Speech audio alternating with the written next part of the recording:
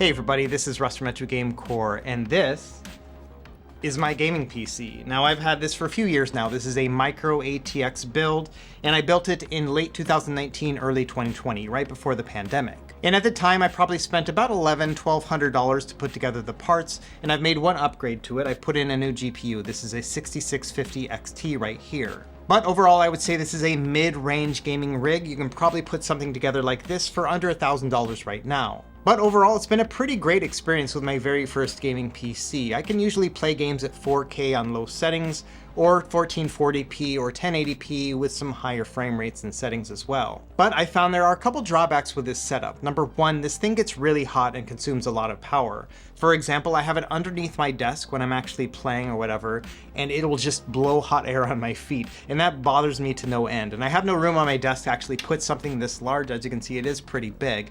And so because of that, it's been less than ideal when it comes to the creature comforts of actually having this in the house. And so I've always been drawn to a smaller setup. That's why I make a lot of videos about mini PCs, because I love the idea of having something small on your desk that isn't going to blow hot air on your feet when you're trying to play a game. And so this is one of the many reasons why I was so interested in the ROG Ally. Not only is it a handheld gaming PC in its own right, but it has this unique option of being able to plug into an eGPU. And so that's the topic of today's conversation. We're going to talk about this thing right here. It is called the XG Mobile. Now this is the 6850 XT version right here. This one came out in 2022. There's also a 2021 version called the 3080 version. I also have that one on loan, so we're going to test that one as well. And the idea here is that in addition to the mobile graphics card that we have inside, it also has a power supply. So literally all you have to do is just take a cable, plug it into this, and then plug this into the ROG Ally. It's also going to work as a dock. So we have 4 USB ports right here, and then HDMI, DisplayPort, and Ethernet as well. And so theoretically, these two combined could basically replace that big old gaming PC that we were just talking about. And in terms of full disclosure here, this one obviously was sent to me from ASUS for review, but I did pay for this one out of pocket. It was $1,100 when I bought it on Amazon last week, but since then they've actually dropped the price down to $799 for this one here. And they're also coming out with a 4090 version, which is going to be $2,000. So this is not a cheap solution. However, I do think that there are some use cases. For example, with me, I would love to have something this small on my desktop, just be able to place it right there and then go and hook up the ROG Ally when I want. And then I have a mobile PC, but then also I can plug it up and have a full gaming experience as well. Not only that, I'll be able to take my older PC and give it to my 14-year-old son, and he's going to love it. He's going to be able to play like 4K Minecraft. It's going to blow his mind. And so I think the main question here is whether or not this setup right here, even though it's more expensive, is it going to be worth it? And so that's what we're going to do in this video here today. We're going to compare just playing the ROG Ally in a docked mode and see what kind of performance we can get there. But then also we're going to plug up the 2 different GPUs and see how the performance improves. And then of course, just for fun, we'll do some comparisons with my full gaming rig and see how that experience works out as well. In the end, my most important factor is whether or not I think it's going to be worth spending the $1,100 I paid for this eGPU right here, and whether or not this solution right here is going to be a good match compared to the gaming rig that I already have. So as you can imagine, we got a lot to talk about here in this video, and so without any further delay, let's go ahead and get to it.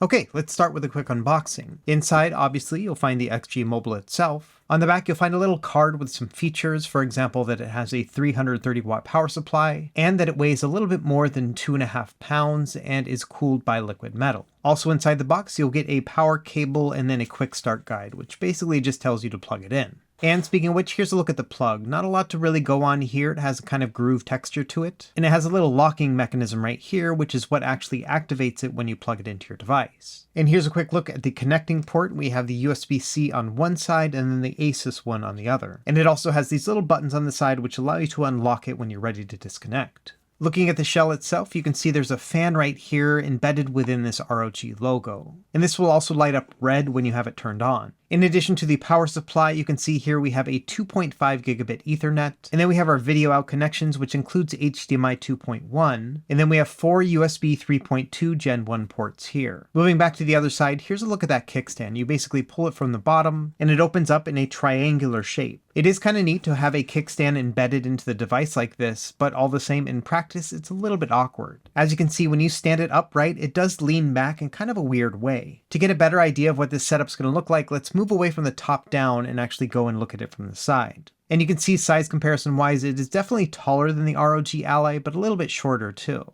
So what I'm going to do here is I'm just going to plug it up with some of the basics. So I'm going to do the power adapter first, and then the HDMI into my monitor here on the right. From there, I'm going to plug in the Ethernet, and then also a 2.4 gigahertz connector for my wireless controller. Oh, and I forgot to mention, but there's actually an SD card reader here at the top as well. Now, when you first plug it in, it's basically going to work like a USB-C dock, so it's not going to actually plug into the graphics side yet. In order to set that up, you need to flip the switch. At that point, you will get a little pop-up that will say, do you want to switch over to the XG Mobile? Once you click on the OK button, I found that it will sometimes prompt you to kill a couple background processes. But after you press OK to kill those, it'll usually start connecting just like that. And I did have some issues with initially getting connected, but after talking to the ASUS team, they sent me a patch and actually got everything working. And so while the 3080 wasn't working at all on my device, I was able to get it working afterwards. Either way, at this point, it'll connect to the XG Mobile, and this might take some time. As you can see, on average, it's about 23 seconds altogether. So definitely not an instant plug-and-play experience, but relatively simple considering the fact that this is PCIe. Okay, so now that I actually have it set up, let's talk about this experience. Number one, my first impression here is that the link cable is just a little bit too short. I realize it probably has to be short because of the amount of data that's transferring between them, but all the same, it's a little bit awkward.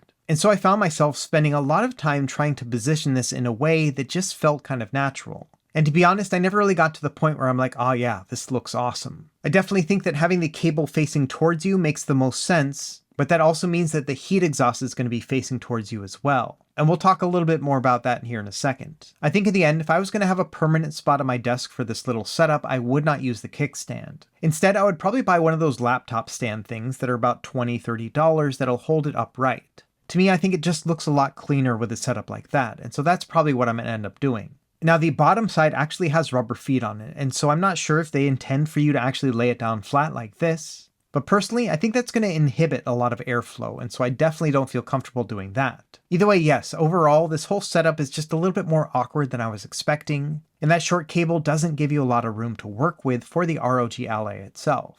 However, even though it's a little bit awkward, you can see that this setup is much smaller than my full desktop that I had earlier. Okay, a couple baseline things here as we get into testing. Number one, the monitor I'm using right here caps out at a 1080p resolution. However, it does have a high refresh rate, so we'll be able to test that. And I'm also going to do some testing with a capture card so we can push it up to 4K as well.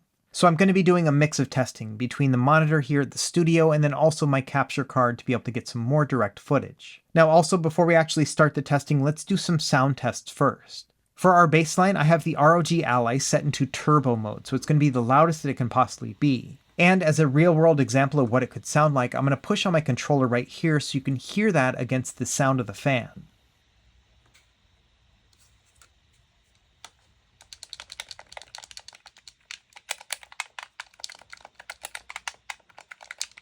And so my big takeaway right here is that even at max speed with the ROG Ally, it's not super loud. It's definitely not as loud as the controller itself. Now here we are with the XG Mobile turned on, and I'm really pushing it, so I'm doing 4K at this point. And number one thing right here is that it does get quite hot and loud. Just putting my hand here in front of the exhaust is quite uncomfortable. And so this may come into play when you're actually setting this thing up. You do not want this pointing towards you while you're playing. And then additionally, at a full load like this, it gets quite loud. So let's do that same test right now.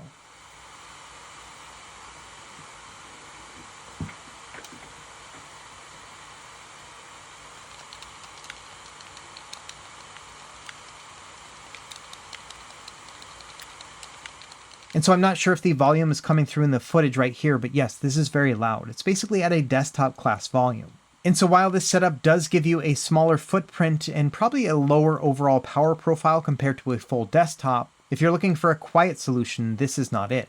Okay, with all that out of the way, let's get into the testing. We're going to start with the ROG Ally itself plugged in. And so this is plugged into the ASUS charging brick, which also has an HDMI out port, and that in turn is plugged into this monitor here. For all my testing, I'm going to leave everything in turbo mode as well as 1080p with 120Hz refresh rate. And then also in my testing here, I'm going to push this as far as I can just to give you an example of performance. And so starting here with God of War at 1080p with the original or medium settings, you can see I'm giving an average frame rate of about 35 frames per second. This is very comfortably over 30 frames. Now, if we want to try to push it a little bit harder, let's go into the settings and change it to high. And here you can see we're getting an average of about 29 to 30 frames per second. So it's not going to be a stable 30 frames per second, but it is very close. However, when it does dip below 30, especially in combat, I can definitely feel that difference. Regardless, I would say that you can comfortably play this game at 1080p at 30 frames per second, but probably at the medium settings instead of high. Now here we are plugged in with the XG Mobile with the 6850 version. And one thing to note is that some games will still default to the integrated graphics on the ROG Ally. And so if you're not getting great performance, be sure to go into the display settings and make sure it's set to the external GPU.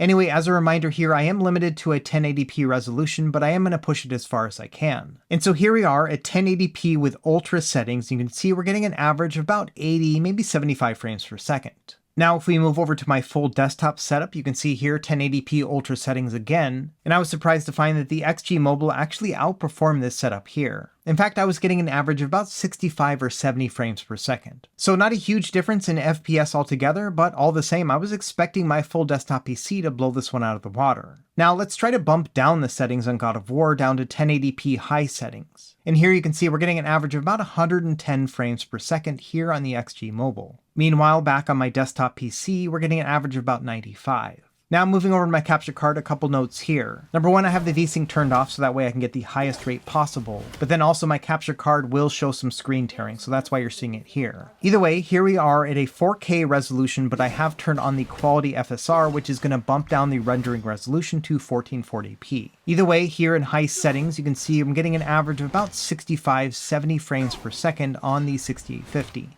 Moving over to the RTX 3080, you can see here I'm getting an average of about 55, maybe 50 frames per second with the exact same settings. And so in a direct comparison of the exact same settings and same scene in God of War, you can see that the 6850 is pulling ahead. Okay, moving on to another game, here's Final Fantasy VII Remake. We're going to start with just the ROG Ally. You can see here I'm playing it at 1080p in high settings. And with this setup here, I'm getting an average of about 35-40 frames per second, which is pretty respectable. Now if we move over to the XG Mobile setup with the 6850, you can see here I'm getting an average of about 115 frames per second. Meanwhile, with my full desktop setup, you can see here it's actually getting a stable 120 frames. And so with this setup in particular, it's actually doing better than the 6850, unlike how it was with God of War. Now moving over here, the game would not go over 60 frames per second with my capture card, and there's no option for turning off VSync or anything else like that, so I was stuck with a 60 frames per second cap. And so because of that, I pushed it as far as I could, so here I'm going at a 4K resolution with the highest settings possible. And you can see here it's getting a locked 60 frames per second. And personally, given how beautiful this game is, this is how I would play it, at 4K 60 frames per second with high settings. Okay, moving over to Elden Ring, this one I did at 1080p in high settings directly on the ROG Ally. And you can see here we're getting an average of about 40 frames per second, which is really good considering that this is using an onboard GPU. Now moving over to the 6850, you can see here at 1440p in high settings, we're actually getting a pretty stable 60 frames per second. And so this is a very beautiful way of playing this game. Now, I was surprised to find that there was a huge performance gap between the 6850 and the RTX 3080. As you can see here with the 3080, I was getting an average of about 30-35 frames per second. And that's a far cry from the relatively stable 60 frames per second I was getting on the 6850. Moving on, here is Grand Theft Auto 5 running at 1080p high settings here on the ROG Ally. And this one did a pretty good job staying above 60 frames per second. It would dip down below 60 frames per second, especially when driving. And so if you want a locked frame rate, I would recommend turning down a few of these settings just to find that better balance. Now here on the 6850, I bumped the resolution up to a 4K, but then kept it at the high settings. And you can see here the frame rate is pretty high. We're getting close to about 85 frames per second on average. And it will dip down every once in a while when you're driving to like the low 70s and high 60s. Either way, this is a game you could definitely play in 4K no problem on the 6850. Now moving over to the RTX 3080, I did find that this one had better performance than the 6850. In particular, when driving around, I found that it stayed above 80 frames per second.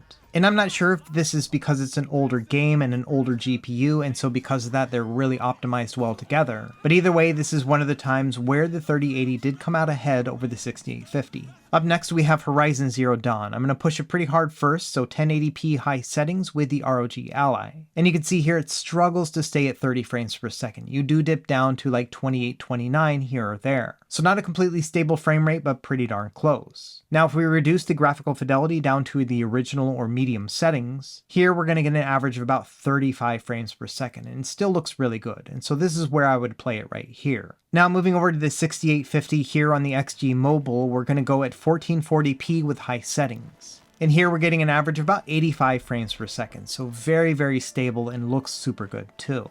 And the performance on this is miles better than it was on the 3080. Here you can see we're getting an average of about 35-40 frames per second at the same 1440p with high settings. And I think it is worth mentioning with the current prices that the 6850 is actually $300 cheaper than the RTX 3080.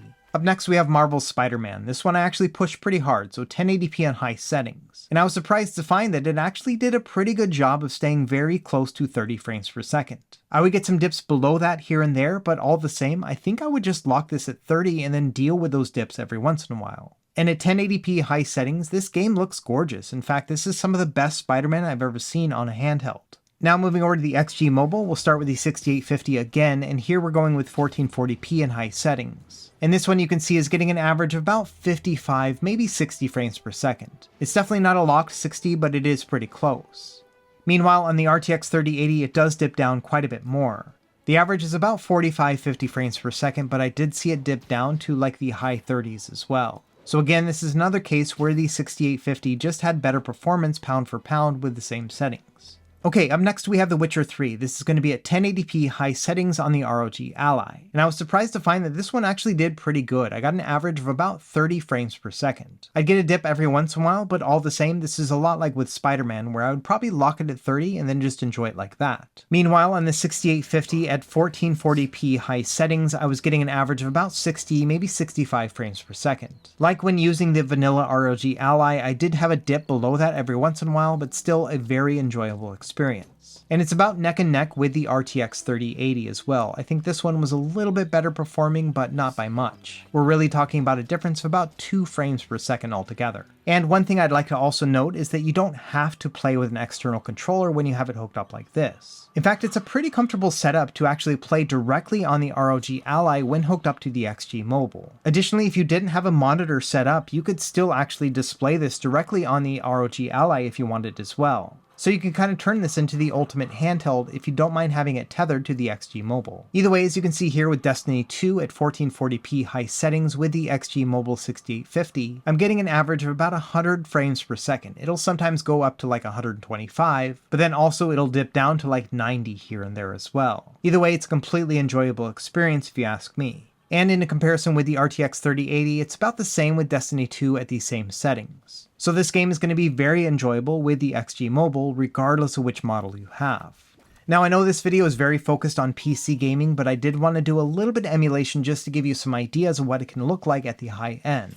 So here is Legend of Zelda Breath of the Wild on the Wii U, and I have it upscaled to 4K with a 60 frames per second cap. And you can see here with the 6850, it is hovering basically right there at 60 frames per second. It would dip down every once in a while when it was compiling a new pipeline, but overall a very good experience. The RTX 3080 is very close to that as well. I'm getting an average of about 55 frames per second. Still definitely enjoyable, but all the same, a little bit worse than the 6850. Either way, when it comes to high-end emulation like with the Wii U, you can definitely upscale this to 4K and have a very good time. I also tested out a little bit of Nintendo Switch. This time I'm using the Yuzu Early Access build with a 2x upscale. And you can see here with the 6850, we are getting a pretty stable 60 frames per second. It would dip down every once in a while, but all the same, still very enjoyable. And it's almost an identical story here with the RTX 3080. And so overall, if you want to play upscaled Nintendo Switch games, this could be a very good solution for you. Now, Super Mario Odyssey was a little bit interesting. This one also played very well at a 2x upscale, but it did have some issues with the graphics. For example, with the 6850, the coins were black, and then also some of the textures were kind of shiny looking. And it could be a number of things going on here. Maybe it doesn't like the 2x upscale, or it could be that the CPU in the ROG Ally just isn't quite optimized for Yuzu yet.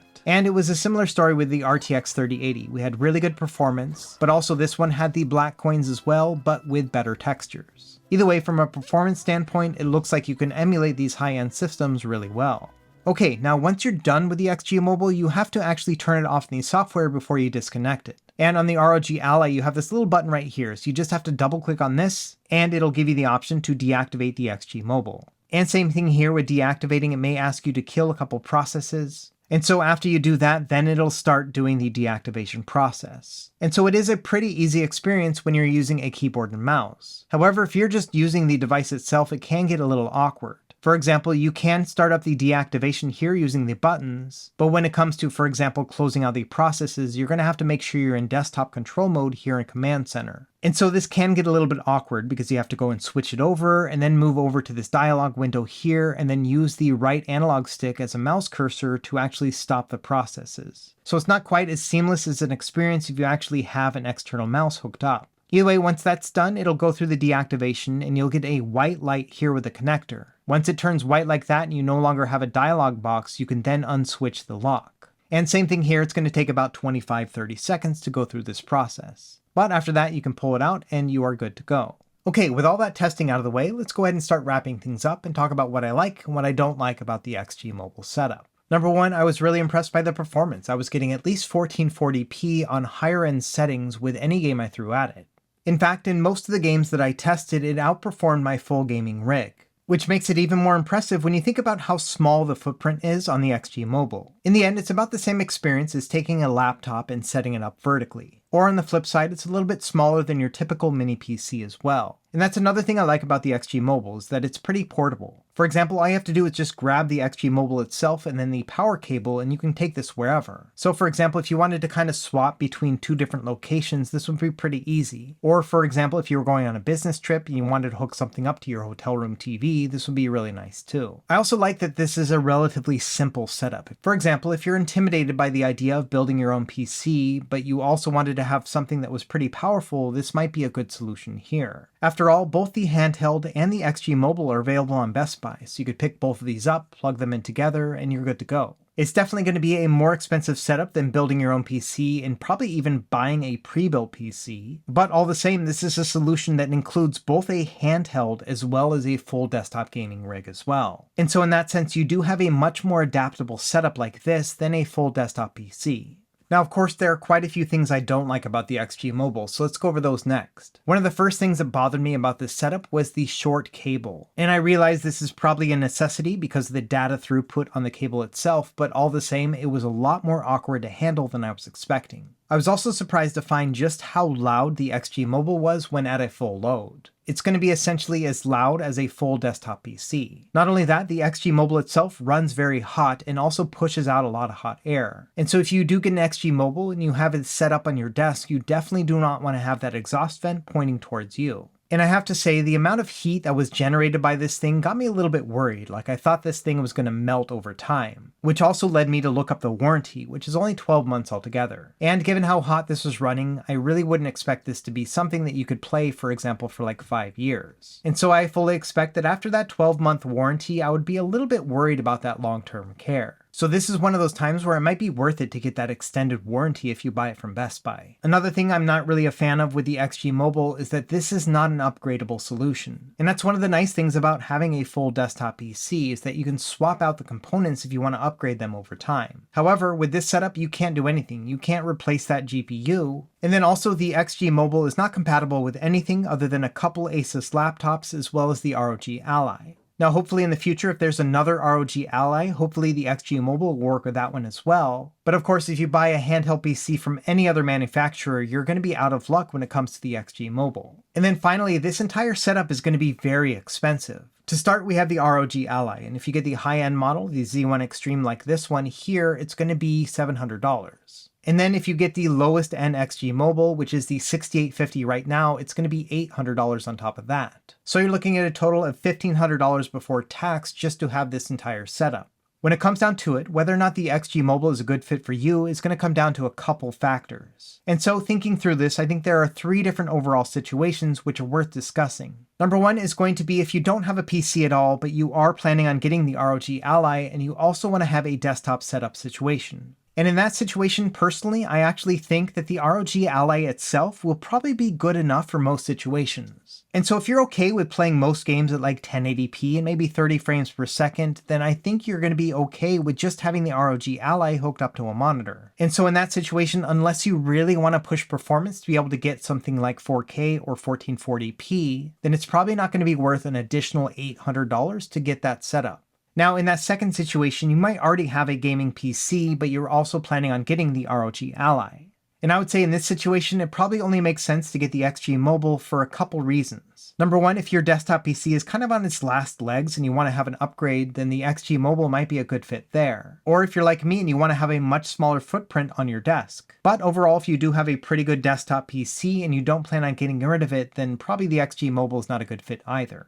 And finally, the third situation where I think it might make a little bit of sense to get the XG Mobile is if you want something that's a very portable setup. For example, if you're somebody who typically would play on a gaming laptop, but you kind of want to transition over to a handheld. Because in the end, this is like the first legitimate Nintendo Switch Pro setup that I've ever seen. I love the idea of being able to play my favorite PC games on the go on a handheld, and then I can take the XG Mobile, hook it up to a TV or a monitor, and have a very upgraded experience anytime I want to dock it. And at the same time, it's going to charge my handheld for the next time that I want to use it on its own. So long story short, there are definitely some situations where the XG Mobile makes sense, but all the same, I think it takes some very specific situations where this setup does make sense. And I will say that at least for my part, I am going to keep the XG Mobile. It definitely has its share of shortcomings, but all the same, the things that I really like about it, like the small footprint and the fact that it's portable, kind of won me over.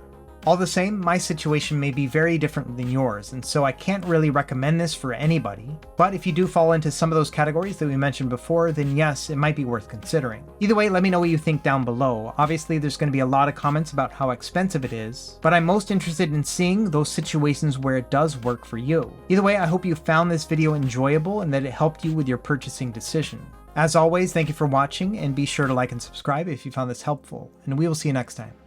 Happy gaming.